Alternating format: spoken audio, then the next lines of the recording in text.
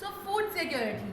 You know that food is a basic need and every citizen of the country should have access to food which provides minimum nutritional value.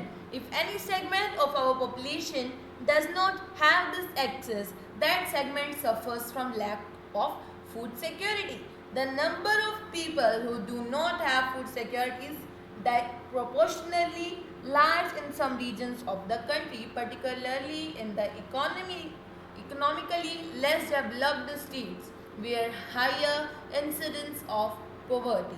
The remote areas of the country are more prone to natural disasters and uncertain food supply. तो हम सब जानते हैं कि जो food है वो हमारी बेसिक नीड है, हमें ज़िंदा रहने के लिए बहुत ही ज़रूरी होता है फूड और हमें न्यूट्रिशनल वैल्यू ये प्रोवाइड करता है। अब अगर कोई सेगमेंट है या कोई ग्रुप है, कुछ लोग हैं जिनको जो है खाना नहीं मिल पा रहा, उन्हें ये एक्सेस नहीं मिल पा रहे, उन्हें फूड नहीं मिल पा रहा, तो वो फूड सिक्योरिटी की कमी से गुजर रही हैं। फूड सिक्योरिटी होता क्या है? It is the system in which this is ensured that every person or every group in the country is having food or more. तो फूड सिक्योरिटी बेसिकली सभी को फूड मिल रहा है या नहीं, ये फूड सिक्योरिटी है। अब अगर जिनको नहीं मिल रहा तो वो फूड सिक्योरिटी की कमी से गुजर रहे हैं। जो ये लोग हैं जिनको फूड सिक्योरिटी की कमी होती है, जिनके पास फूड सिक्योरिटी नहीं होती, वो उन एरियाज़ में ज़्यादातर पाए जाते हैं जो कि कंट्री के इकोनॉमिकली लेस डेवलप्ड स्टेट्स होते हैं या फिर जहाँ पर पॉवर्टी रेशो ज़्यादा होता है।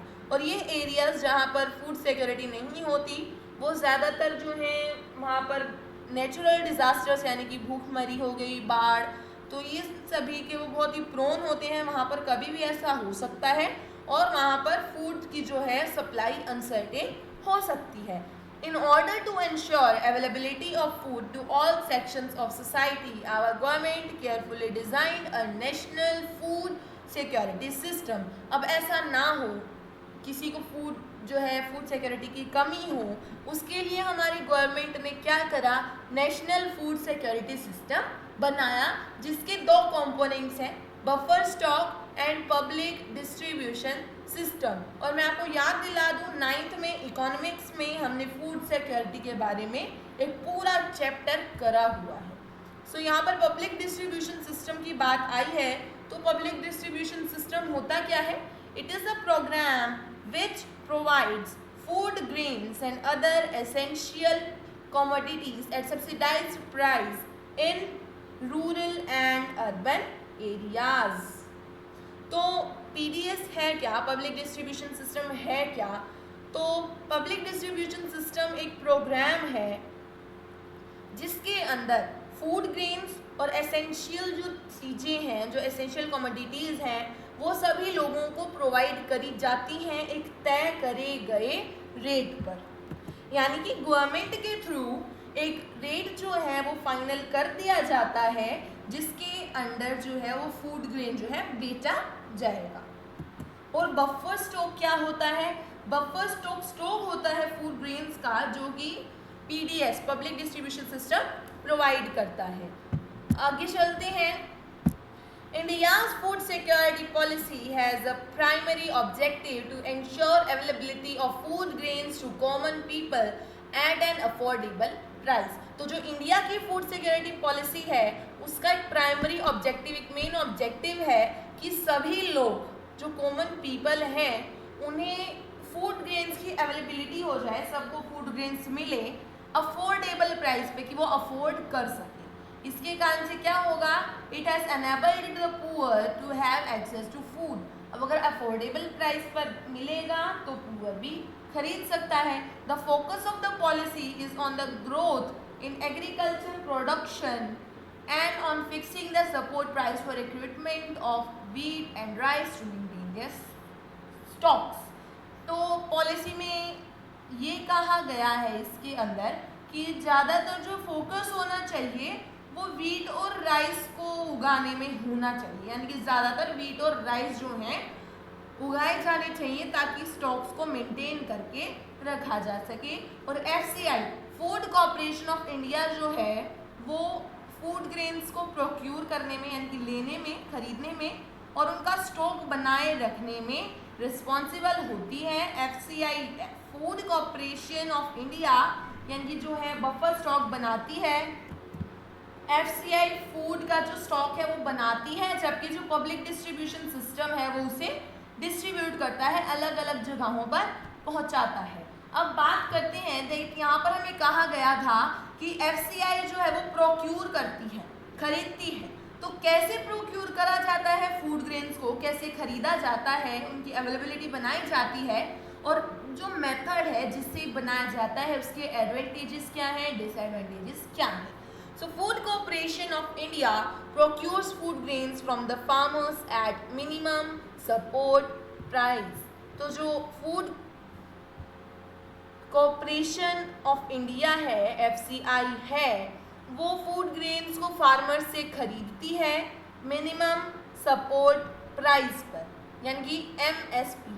You know about MSP, I hope आप लोगों को पता होगा, नहीं पता है तो मैं बता देती हूँ। वैसे 9th में हमने इसके बारे में बहुत कुछ कर रखा है, बट बता देते हैं कि MSP जो होता है एक गवर्नमेंट के थ्रू एक जो है अमाउंट सेलेक्ट करी जाती है कि इस अमाउंट पर ये जो फूड ग्रेन है वो इसी अमाउंट पर, इतनी अमाउंट में खरीदी जाएगी। मान लो व्हीट है, उसका 1 kg जो है 50 रुपीज़ अगर उसका MSP लिया गया है, तो जो फूड कॉरपोरेशन है, FCI है, वो 50 रुपीज़ पर 1 kg व्हीट को फार्मर से लेगी, ना कम में लेगी ना ज़्यादा में लेगी। Government use to provide subsidies on agriculture inputs like fertilisers, water etcetera. तो जो गवर्नमेंट है वो सब्सिडीज प्रोवाइड करती है फार्मर्स को एग्रीकल्चर इनपुट्स पर, but these have now reached sustainable levels and have also led to large scale inefficiencies in the use of these scarce inputs. But अब क्या हुआ है, क्योंकि हम सस्टेनेबल डेवलपमेंट की तरफ चल पड़े हैं, क्योंकि जो हमारा एनवायरनमेंट है वो बहुत ज़्यादा इफेक्ट हो रहा था, इसी के कारण से जो लार्ज स्केल जो है इनका इनपुट का यूज़ नहीं करा जाता। Excess use of fertilisers and pesticides have led to water logging, salinity and depletion of micronutrients in the soil. तो ज़्यादा पानी का यूज़ करके क्या होगा, वाटर लॉगिंग होगी। फर्टिलाइजर्स का ज़्यादा यूज़ करेंगे तो क्या आएगा, पानी में नमकीन जो होता है, बहुत ज़्यादा नमकीला जो होता है पानी आता है, या फिर माइक्रो न्यूट्रिएंट्स जो होते हैं वो ख़त्म हो जाते हैं, बैक्टीरिया जो होते हैं वो मर जाते हैं। तो ये सब क्या दिक्कत हो रही है, जो फर्टिलाइजर्स और वाटर का ज़्यादा यूज़ करा जाता है तब। The high MSP subsidised and input and committed FCI purchased have distorted the cropping pattern. तो इस कारण से कि जो MSP है वो बढ़ाया गया है और फूड कॉरपोरेशन जो है इंडिया की वो उन्हें उस प्राइस पर खरीदती है। अब वो फार्मर्स क्या करेंगे, वो तो चाहेंगे उन्हें ज़्यादा से ज़्यादा पैसा मिले, तो वो क्या करेंगे, अपनी लैंड पर प्रेशर डालेंगे, ज़्यादा फर्टिलाइजर्स का, पेस्टिसाइड्स, वाटर, इन सब का ज़्यादा यूज़ करेंगे। तो इन सब को ज़्यादा यूज़ कर रहे हैं तो क्या हो रहा है, वाटर लॉगिंग, सैलिनिटी हो रही है, माइक्रोन्यूट्रिएंट्स की डिप्लीशन हो रही है। तो जो जिस तरीके से फूड ग्रेन खरीदा जाता है उसका डिसएडवांटेज हो रहा है, वो क्रॉपिंग पैटर्न को जो है डिस्टोर कर रहा है। अब हमने बात करी कि कुछ लोग होते हैं जिनको अवेलेबिलिटी नहीं मिल पाती है, कुछ होते हैं जिनको मिल पाती है। तो इसके बेसिस पर किस टाइप्स में, कितनी कैटेगरीज में जो है सोसाइटी डिवाइडेड है उसके बारे में हम बात करते हैं, और क्या ऐसा होना चाहिए, डिसएडवांटेज क्या है इस सिस्टम के, उसकी हम बात करेंगे। सो जो कंज्यूमर्स हैं वो BPL और APL पे डिवाइड है, यानी कि below poverty line and above poverty line. Below poverty line वो लोग जिनको मतलब बहुत ज़्यादा हेल्प चाहिए होती है, और अबव पॉवर्टी लाइन जो खरीद सकते हैं। सो ये जो कैटेगराइजेशन है ये सही नहीं है, क्योंकि जो लोग BPL कैटेगरी से, बिलो पॉवर्टी लाइन कैटेगरी से निकल चुके हैं वो अभी तक गिने नहीं गए हैं, उन्हें अभी भी पुअर माना जाता है। और जो APL में आते थे, अबव पॉवर्टी लाइन में आते थे, और जिनसे उनका रोज़गार छीन लिया गया, फिर क्या होगा, उनसे रोज़गार छीन, उसके पास पैसे नहीं आए तो वो भी वो पॉवर्टी लाइन में हो गए। तो इसी कारण से APL और BPL में डिवाइड करना गलत है। अब बात आती है कि ये जो APL और BPL में डिवाइड करा गया है, अब इसका सॉल्यूशन क्या है, सेल्फ एफिशिएंसी है, सेल्फ सफिशिएंसी है कि हम अपने ऊपर डिपेंड रहें खाने के लिए। तो क्या है सेल्फ एफिशिएंसी, कैसे हम उसे कर सकते हैं? Self efficiency can be attend if government provides proper irrigational agricultural infrastructure, credit linkage and also encourage the use of latest techniques। तो सेल्फ सफिशिएंसी तब हम अटेन कर सकते हैं जब गवर्नमेंट जो है प्रॉपर एग्रीकल्चर इंफ्रास्ट्रक्चर प्रोवाइड करेगी और लेटेस्ट टेक्निक्स जो हैं उनको यूज़ करने के लिए फार्मर्स को एनकरेज करेगी। Instead of concentrating only on wheat और rice, food crop with a better growth potential in that particular area might be encouraged। तो सिर्फ व्हीट और राइस पर कंसंट्रेट करने की जगह, क्योंकि जो हमारी पॉलिसी है, फूड सिक्योरिटी पॉलिसी है, उसके अंदर ये कहा गया है कि मेनली हमें व्हीट और राइस पर जो है कंसंट्रेट करना चाहिए उगाने के लिए। बट व्हीट और राइस को छोड़ के जिस जगह पर, जिस एरिया में थोड़ी कमी है, तो वहाँ पर जो सॉयल है या फिर जो वहाँ पर फैसिलिटीज़ हैं उनके बेसिस पर कौन सी क्रॉप उगाई जा सकती है उस पर ज़्यादा ध्यान देना चाहिए। Creation of necessary infrastructure like irrigation facilities, availability of electricity may also attract private investments in agriculture. तो जो ज़रूरत की चीज़ें हैं जैसे कि इरिगेशन की फैसिलिटीज़ हो गई या फिर इलेक्ट्रिसिटी की अवेलेबिलिटी हो गई, तो इन सब को भी जो है नेसेसरी होना चाहिए, इन सब को भी हर जगह पर प्रोवाइड करना चाहिए ताकि जो प्राइवेट इन्वेस्टमेंट्स हैं वो इंक्रीज हो सकें। Focusing on increasing food grain production which should be on sustainable basis and also free trade in grains will create massive employment and reduce poverty in rural areas। अगर हम food grain production पर increase करने पर focus रखना चाहते हैं जो कि सस्टेनेबल डेवलपमेंट के बेसिस पर है, और अगर साथ ही साथ जो ट्रेड करा जाता है यानी कि जो मार्केट्स तक पहुंचाया जाता है फूड ग्रेन्स को, अगर उसका थोड़ा सा जो है एम्प्लॉयमेंट करा जाए, बढ़ाया जाए, मैसिव एम्प्लॉयमेंट उनकी करी जाए, तो पॉवर्टी जो है रूरल एरियाज़ में वो कम हो सकती है। तो सेल्फ एफिशिएंसी कैसे आएगी? अगर गवर्नमेंट जो है वो प्रॉपर एग्रीकल्चर इंफ्रास्ट्रक्चर प्रोवाइड करेगी, लेटेस्ट टेक्निक्स के यूज़ को एनकरेज करेगी, अगर व्हीट और राइस की जगह सभी क्रॉप्स पर कंसंट्रेट करा जाए उगाने में, तो अगर इरिगेशन फैसिलिटीज़ या फिर जो नेसेसरी इंफ्रास्ट्रक्चर है उनको जो है इंक्रीज़ करा जाए, तब हम सेल्फ एफिशिएंसी अटेन कर सकते हैं। और अगर थोड़ी सी मैसिव जो है एम्प्लॉयमेंट करी जाए ट्रेड में और सस्टेनेबल डेवलपमेंट के अंदर अगर फोकस करा जाए, तो उससे भी पॉवर्टी जो है वो कम हो जाएगी। अब अगर ऐसा ही चलता रहा, मान लो APL और BPL रहे या फिर हम सेल्फ एफिशिएंसी की तरफ चली, तो क्या होगा?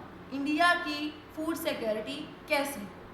Shift from cultivation of food crops to cultivation of fruits, vegetables, oilseeds and industrial crops, this has led to the reduction of net sown area under cereals and pulses.